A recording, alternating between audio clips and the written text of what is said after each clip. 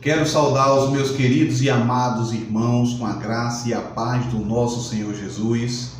Quero aqui mostrar a vocês e interagir junto com cada um de vocês o desejo que eu tive no coração de ler um livro chamado História da Redenção. Este livro, uma escritora norte-americana chamada Ellen White, onde poderosamente Deus usou ela para a orientação do seu povo nos últimos dias. Creio firmemente, porque uma pessoa que estudou a terceira série e escreveu inúmeros livros, teve mais de 2.000 sonhos e visões, onde escreveu mais de 2.000 páginas à mão, e ali Deus poderosamente usou essa mulher, e ela relatou em diversos livros toda a história da redenção, desde o início até os últimos dias. E eu gostaria de dizer a vocês que antes de qualquer julgamento, leia, medite, certo? Se querendo adquirir este livro, você pode adquirir na Casa Publicadora Brasileira, CPB, Casa Publicadora Brasileira, e você lá vai ver toda a coleção do Espírito de Profecia, certo? Onde este livro que iremos iniciar hoje é um dos livros que foi escrito por essa escritora norte-americana chamada Ellen White. E eu gostaria de convidar vocês a orar juntos, para que Deus possa nos usar no estudo deste livro maravilhoso. Nosso Deus e Pai, quero aqui entregar cada um dos teus filhos em tuas mãos. Não sabemos quanto tempo iremos levar, mas este livro eu irei ler. E que teus filhos também acompanhem a leitura, ó Deus. E que o Espírito Santo abra o seu coração e o seu entendimento, pois sabemos que pouco tempo nos resta, ó Deus, para poder aceitar o Senhor, entregar a vida a Ti e andar em Teus caminhos. Pois pouco tempo tem restado também para o inimigo de nossas almas, onde pouco tempo lhe resta para definitivamente ser destruído todo o mal. Nos toma em Teus braços, perdoa os nossos pecados, nos ajuda a entender a história da redenção, em nome de Jesus. Amém. Sabemos que todo livro tem que iniciar pelo prefácio, e vamos aqui na leitura do prefácio, e aqui diz: existem muitos assuntos sobre os quais a senhora White, a mensageira escolhida por Deus para os crentes do advento, recebeu iluminação nos primeiros dias, logo no início de seu trabalho. Em primeiro lugar, entre estes está o grande conflito, o livro chamado Grande Conflito, entre o bem e o mal, desde a queda de Lúcifer no céu e a queda do homem, vindo através dos séculos dos tempos de graça até a segunda vinda de Cristo, o estabelecimento do reino de Deus na terra feita nova. No ano de 1858, o casal White assistiu a uma reunião em Lovett Grove, perto de Bowling Green, em Ohio. Ali a senhora White viu outra vez em visão muitas coisas importantes para a igreja remanescente. A respeito desta visão, ela escreveu: em Lovett Grove, a maior parte daquilo que eu tinha visto 10 anos antes, concernente ao grande conflito dos séculos entre Cristo e Satanás, foi repetido, e fui instruída a escrever sobre isto. Em tempo oportuno, esta revelação do grande conflito entre Cristo e seus anjos, e Satanás e os seus anjos, foi publicada numa série de 3 pequenos volumes sob o título geral de Spiritual Briefs. Nos anos seguintes, esse assunto foi apresentada à senhora White com maior detalhes em 1870.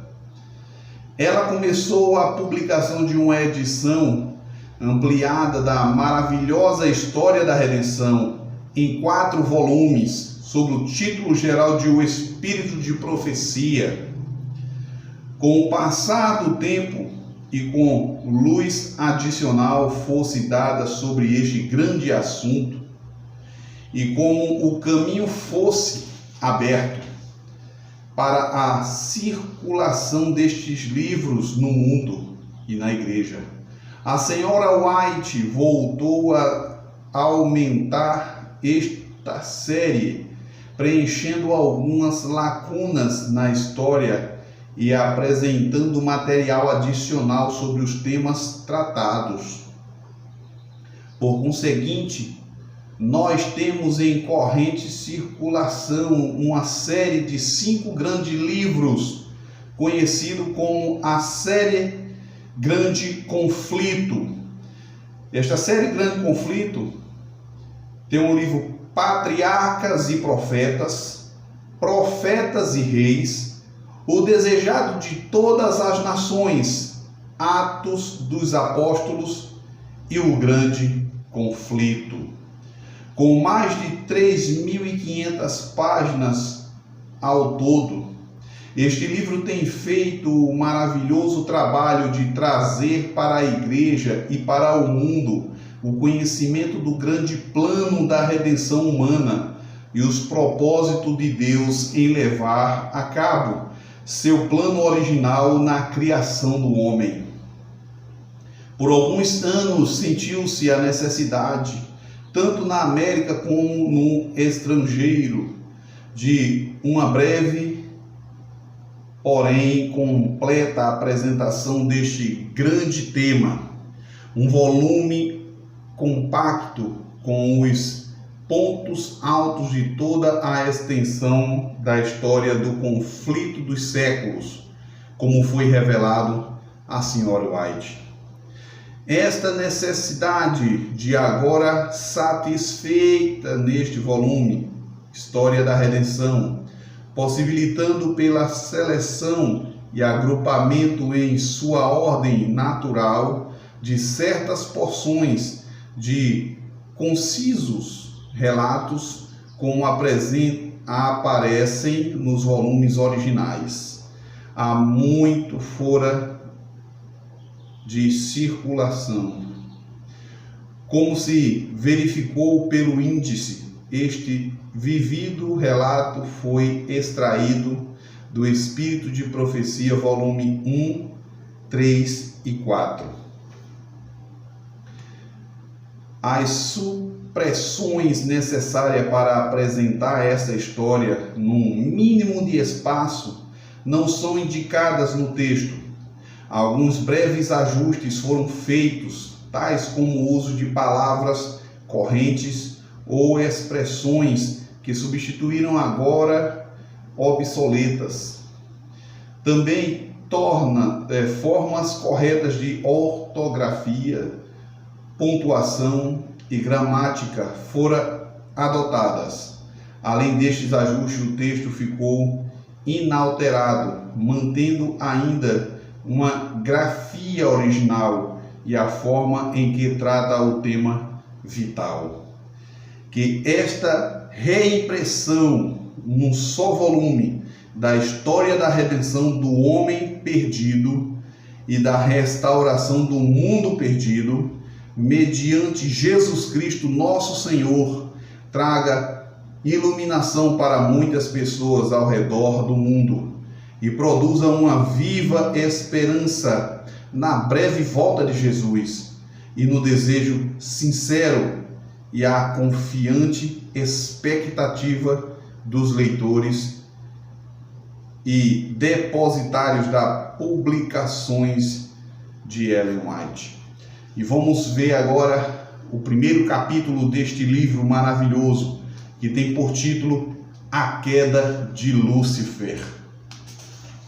Vamos ter o privilégio de juntos fazer a leitura de 67 capítulos, onde vamos estudar muitos e muitos temas maravilhosos. E vamos à primeira leitura do capítulo deste livro, a queda de Lúcifer. Lúcifer no céu, antes da sua rebelião, foi um elevado e exaltado anjo, o primeiro em honra depois do amado Filho de Deus. Seu semblante, como os dos outros anjos, era suave e exprimia felicidade. A testa era alta e larga, demonstrando grande inteligência. Sua forma era perfeita, o porte nobre e majestoso. Uma luz especial resplandecia de seu semblante e brilhava ao seu redor, mais viva do que ao redor dos outros anjos. Todavia, Cristo, o amado Filho de Deus, tinha preeminência sobre toda a hoste angélica. Ele era um com o Pai, antes que os anjos fossem criados. Lúcifer invejou Cristo e gradualmente pretendeu o comando que pertencia a Cristo unicamente. O grande Criador convocou as hostes celestiais para a presença de todos os anjos conferir honra especial ao seu Filho. O Filho estava sentado no trono com o Pai e a multidão celestial de santos anjos reunida ao redor deles.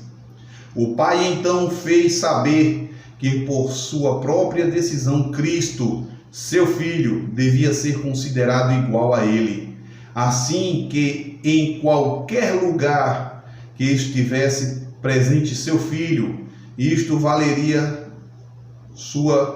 pela sua própria presença. A palavra do Filho devia ser obedecida tão profundamente como a palavra do Pai. Seu Filho foi por ele investido com autoridade para comandar as hostes celestiais.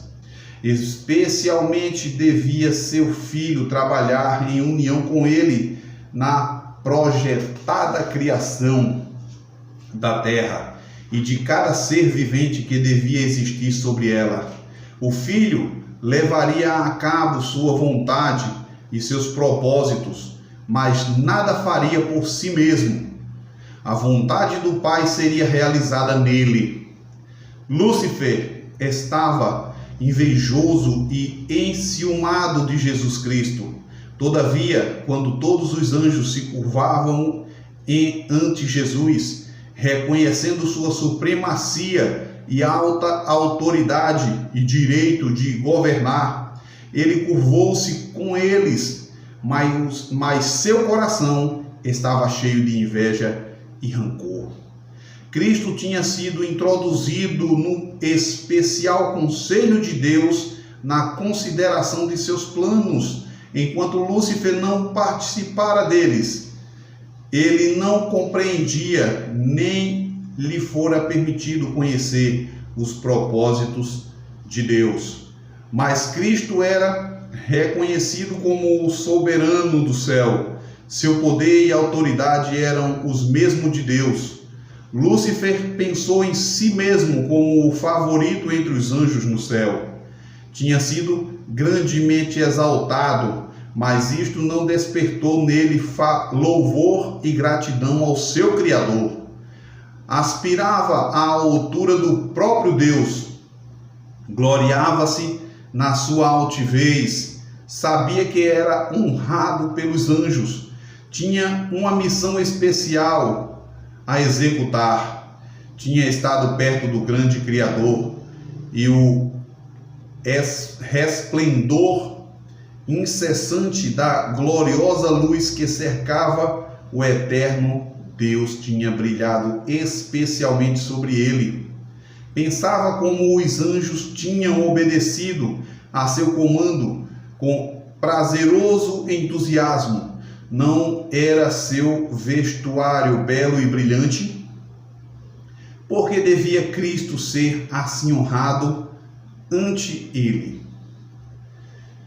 Ele deixou a imediata presença do Pai, insatisfeito e cheio de inveja contra Jesus Cristo, dissimulando seu real propósito, convocou as hostes angélicas, introduziu seu assunto, que era ele mesmo, como alguém gravado, relatou a preferência que Deus dera a Jesus em prejuízo dele. Contou que dali em diante toda a doce liberdade que os anjos tinham gozado estava no fim, pois não havia sido posto sobre eles um governador, a quem deviam de agora em diante render honra servil. Declarou que os tinha reunido para assegurar-lhe que ele não mais se submeteria à invasão dos direitos seus e deles, que nunca mais ele se prostraria ante Cristo, que assumiria a honra que lhe devia ter sido conferida e que seria o comandante de todos aqueles que se submetessem a seguir e obedecer a sua voz. Houve controvérsia entre os anjos. Lúcifer e seus simpatizantes porfiavam por reformar o governo de Deus.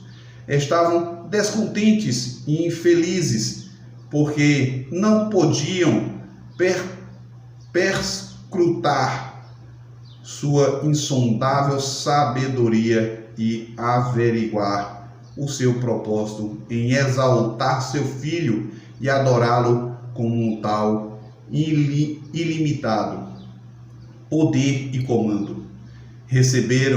Rebelaram-se contra a autoridade do Filho. Os anjos que eram leais e sinceros procuravam reconciliar este poderoso rebelde à vontade de seu Criador. Justificaram o ato de Deus em conferir honra a seu Filho e com fortes razões tentaram convencer Lúcifer que não lhes cabia menos honra agora do que antes que o Pai proclamasse a honra que ele tinha conferido ao seu Filho.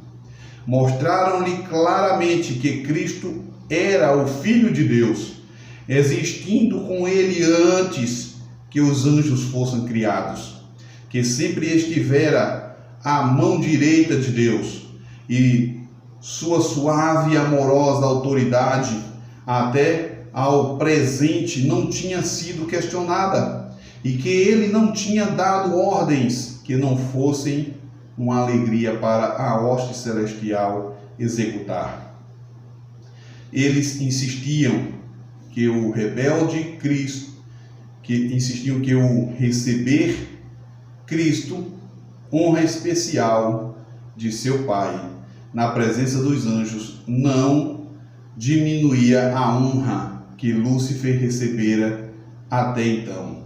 Os anjos choraram ansiosamente, tentaram levá-lo a renunciar a seu mau desígnio e render submissão ao Criador, pois até então tudo fora paz e harmonia, e o que podia ocasionar esta voz discordante, rebelde.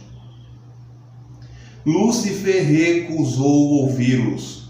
Então voltou-se dos anjos leais e sinceros, denunciando-os como escravos.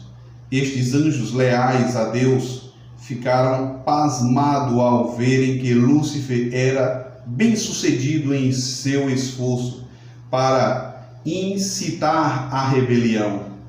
Prometia-lhes um novo e melhor governo do que então tinham, no qual todos seriam livres.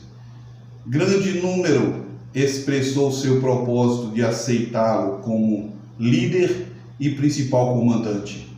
Ao ver que seus primeiros passos foram coroados de sucesso, vangloriou-se de que ainda devia ter todos os anjos ao seu lado, e que seria igual ao próprio Deus, e que sua voz autoritária seria ouvida no comando de toda a hoste celestial.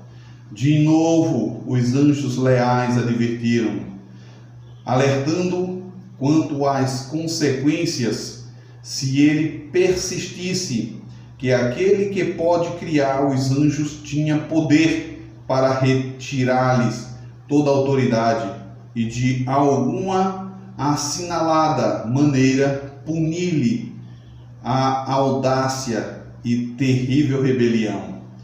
E pensar que um anjo pudesse resistir à lei de Deus, que era tão sagrada quanto ele mesmo, exortaram os rebeldes a cerrar os ouvidos às razões fraudulentas de Lúcifer, advertindo-o e a todos os que tinham sido afetados que fossem a Deus e confessassem seu engano, mesmo por admitirem um pensamento que punha em dúvida sua autoridade. Muitos dos simpatizantes de Lúcifer estavam inclinados a ouvir o conselho dos anjos leais e se arrependeram de sua insatisfação e de novo receberam a confiança do Pai e seu amado Filho. O grande rebelde declarou então que estava familiarizado com a lei de Deus e se submetesse a uma obediência servil seria despojado de sua honra. Nunca mais poderia ser incumbido de sua exaltada missão. Disse que ele mesmo e os que com ele se uniram tinham ido muito longe para voltarem, que arrostaria as consequências, que nunca mais se prostrariam para adorar servilmente o Filho de Deus, que Deus não perdoaria e que agora eles precisavam garantir sua liberdade e conquistar pela força a posição e autoridade que não lhes fora concedida voluntariamente. Os anjos leais apressaram-se a relatar ao Filho de Deus o que acontecera entre os anjos. Acharam o Pai em conferência com o seu Filho amado para determinar os meios pelos quais, para o bem-estar dos anjos leais, a autoridade assumida por Satanás podia ser para sempre retirada.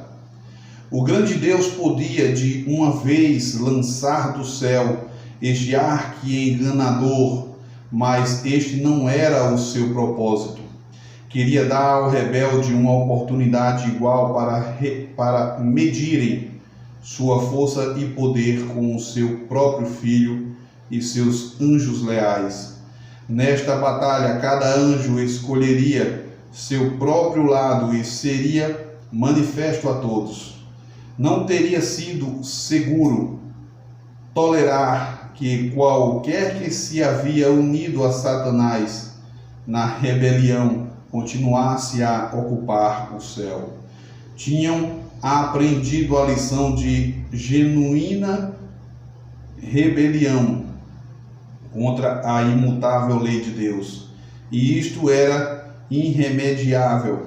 Se Deus tivesse exercido seu poder para unir este sumo rebelde, os anjos desafetos não se teriam revelado. Portanto, Deus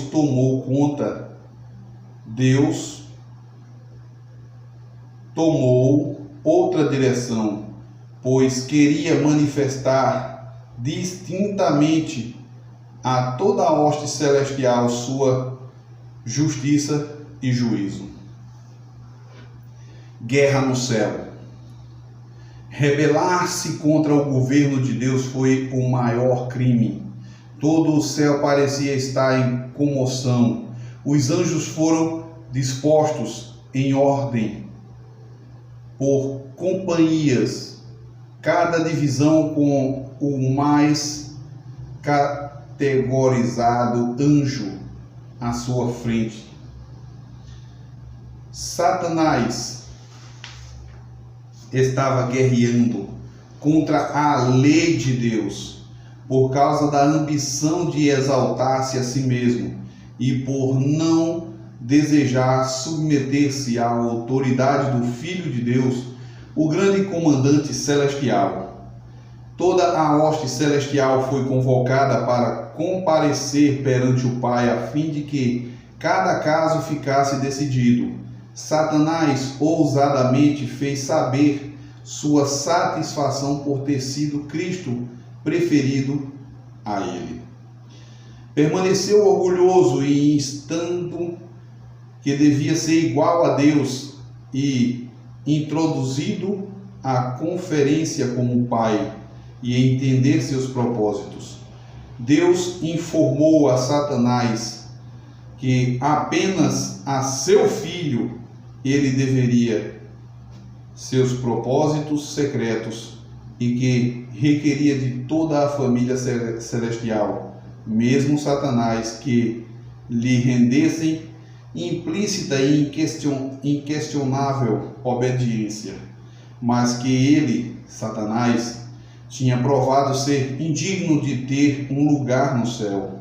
Então Satanás exultantemente apontou aos seus simpatizantes, que compreendiam quase a metade de todos os anjos, e exclamou: estes estão comigo, expulsarás também a estes e deixarás tal vazio no céu? Declarou então que estava preparado para resistir à autoridade de Cristo e defender seu lugar no céu pelo poder da força, força contra força. Os anjos bons choraram ao ouvir as palavras de Satanás e suas exultantes jactâncias. Deus declarou que os rebeldes não mais podiam permanecer no céu. Seu estado elevado e feliz tinha sido conservado sobre a condição de obediência à lei que Deus dera para governar as elevadas ordens de seres, mas nenhuma provisão tinha sido feita para salvar os que se aventurassem a transgredir sua lei. Satanás tornou-se mais ousado em sua rebelião e expressou seu desprezo à lei do Criador. Esta Satanás não podia suportar. Declarou que os anjos não precisavam de lei, mas deviam ser livres para seguir sua própria vontade, a qual os guiaria sempre retamente, que a lei era uma restrição à sua liberdade e que a abolição da lei era um dos grandes objetivos da posição que assumira. A condição dos anjos, pensava ele, necessitava de aperfeiçoamento. Assim não pensava Deus, que tinha feito leis, colocando-as em igualdade consigo mesmo. A fidelidade da hoste angélica consistia em sua perfeita obediência à lei. Cada um tinha seu trabalho especial designado, e antes da rebelião de Satanás existia no céu perfeita ordem e ação harmônica. Amém? Então, houve guerra no céu. O Filho de Deus, o príncipe do céu, e os seus anjos leais empenhavam-se num conflito com o grande rebelde e com aquele que se uniram a ele. O Filho de Deus e os anjos verdadeiros e leais prevaleceram, e Satanás e seus simpatizantes foram expulsos do céu. Toda a hoste celestial reconheceu e adorou o Deus da justiça. Nenhuma mácula de rebelião foi deixada no céu. Tudo voltara a ser paz e harmonia como antes. Os anjos do céu lamentaram a sorte daqueles que tinham sido seus companheiros de felicidade e alegria. Sua perda era sentida no céu. O pai consultou seu filho com respeito à imediata execução de seu propósito de fazer o homem para habitar a terra.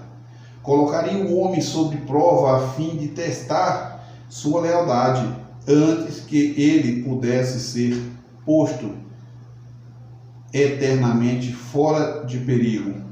Se ele suportasse ao teste com o qual Deus considerava conveniente prová-lo, seria finalmente igual aos anjos.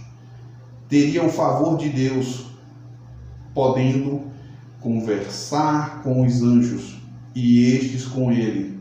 Deus não achou conveniente colocar os homens fora do poder da desobediência. Vejam que interessante este último parágrafo que acabei de ler. Vou reler novamente.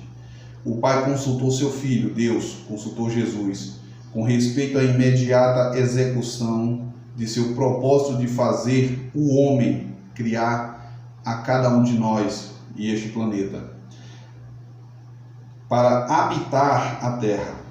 Colocaria o homem sobre prova a fim de testar sua lealdade antes que ele pudesse ser posto eternamente fora de perigo.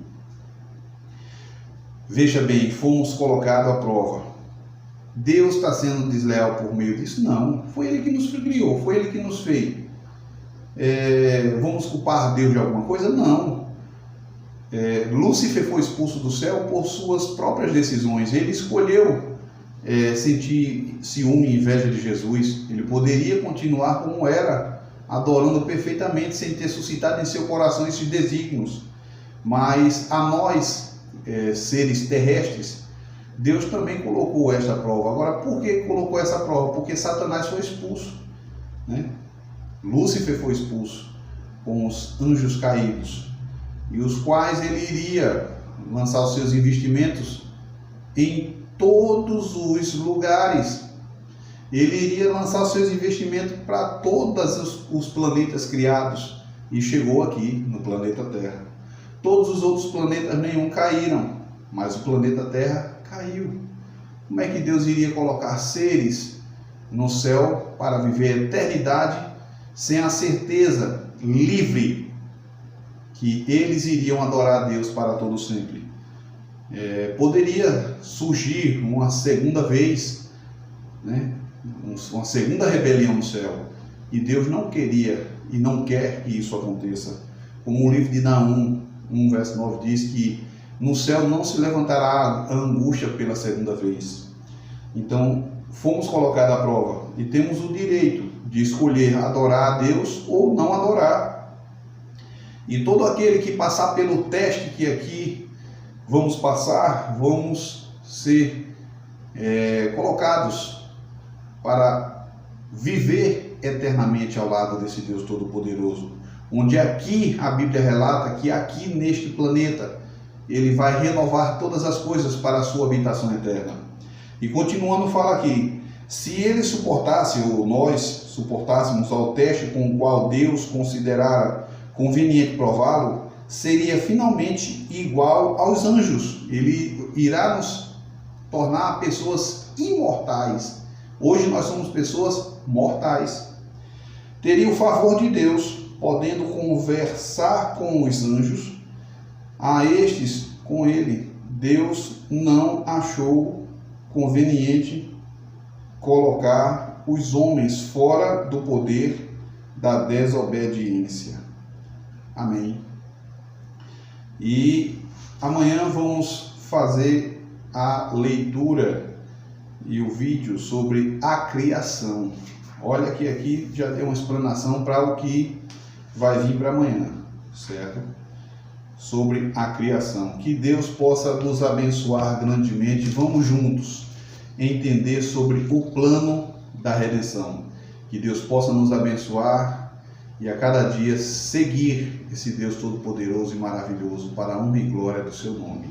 Que Deus nos abençoe. Vamos juntos orar. Nosso Deus e Pai, abençoa-nos neste dia e que possamos sempre poder andar em teus caminhos e que voluntariamente, ó Deus, possamos te amar e seguir a pessoa maravilhosa de Jesus, o qual se entregou para nos salvar das garras malignas de Satanás. Perdoa nossos pecados e nos toma em teus braços em nome de Jesus. Amém.